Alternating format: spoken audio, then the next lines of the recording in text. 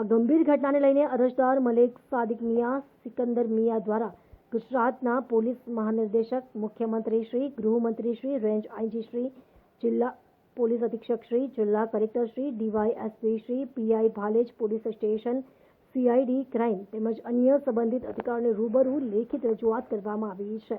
રજૂઆતમાં સ્પષ્ટ માંગ કરવામાં આવી છે કે સમગ્ર કેસની તપાસ સ્થાનિક સ્તરેથી હટાવી એસઆઈટી અને સીઆઈડી ક્રાઇમને સોંપવામાં આવે। તપાસમાં જો કોઈ બેદરકારી કે નિષ્ફળતા જણાય તો જવાબદાર અધિકારીઓ સામે વિભાગીય અને કાયદેસરની કાર્યવાહી કરવામાં આવે તથા આરોપીઓને ઝડપી ચોરાયેલ સોના ચાંદીનો તમામ માલ ઝડપથી પરત મેળવવામાં આવે।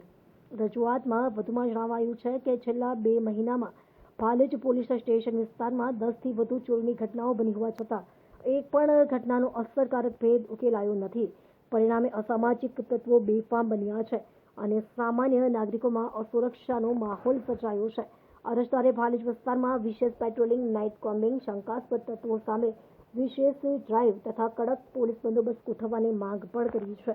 અરજદારનું કહેવું છે કે આ માત્ર ચોરીનો કેસ નથી, પરંતુ લાખો શ્રદ્ધાળુઓની ધાર્મિક આસ્થા, સામાજિક સમરસતા અને કાયદાના શાસન સાથે જોડાયેલ અત્યંત ગંભીર મુદ્દો છે। જો આવા ગંભીર ગુનાઓમાં પણ સમયસર ન્યાય ન મળે તો પોલીસ તંત્ર પ્રત્યે જનતાનો વિશ્વાસ નબળો પડે તે સ્વાભાવિક છે।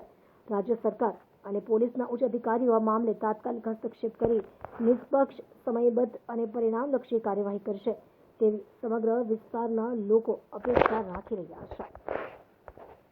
છે। આણંદ જિલ્લાના ભાલેજ ગામમાં ગત 21/1/2026 ના રોજ ચોરીનો બનાવ બન્યો હતો। તે આણંદ જિલ્લાની સૌથી મોટામાં મોટી ચોરી છે અને તે ચોરીમાં આજ દિન સુધી કંઈ નિકાલ આવ્યો નથી। તે માટે અમે અગાઉ ડીજીપી ઓફિસ ગાંધીનગર પણ જઈને આવ્યા છે, આવેદનપત્ર આપીને આવ્યા છે। આજે કલેક્ટરશ્રીની ઓફિસે પણ અમે આવેદનપત્ર આપ્યું છે। ગાંધીનગરમાં અમે શ્રી ગૃહમંત્રી વિભાગમાં પણ આવેદનપત્ર આપ્યું છે। એની સાથે સાથે મુખ્યમંત્રીશ્રીને પણ આવેદનપત્ર આપવામાં છે। અમારી બસ એક જ માંગણી છે કે અમારી આસ્થા સાથે જોડાયેલો આસ્થાના હુસેન ભાલેજ ગામમાં જે દરગાહ આવેલી છે તેમાં સોના અને ચાંદીના જડિત ગુંબટ અને મિનારા આવેલા હતા, તે ચોરી થયા છે। આજ દિન સુધી એનો કોઈ નિકાલ આવ્યો નથી અને એ નિકાલ વહેલી તકે આવે અને બધાને ન્યાય મળે। અને એમ તો સંઘવી સાહેબ એમ કહેતા હોય છે કે ચોરો ક્યાંય પણ દબાયેલા હશે તેને છોડવામાં નહીં આવે, છતાં આ 6 મહિના વીતી ગયા છતાં પણ આજ દિન સુધી આ કેસનો કોઈ નિકાલ આવ્યો નથી અને અમને કોઈ જાણ પણ મળી નથી કે આ કેસમાં શું થયું છે। અમે જ્યારે પણ પૂછવામાં આવે છે તો અમને એક જ જવાબ મળે છે, તપાસ ચાલુ છે।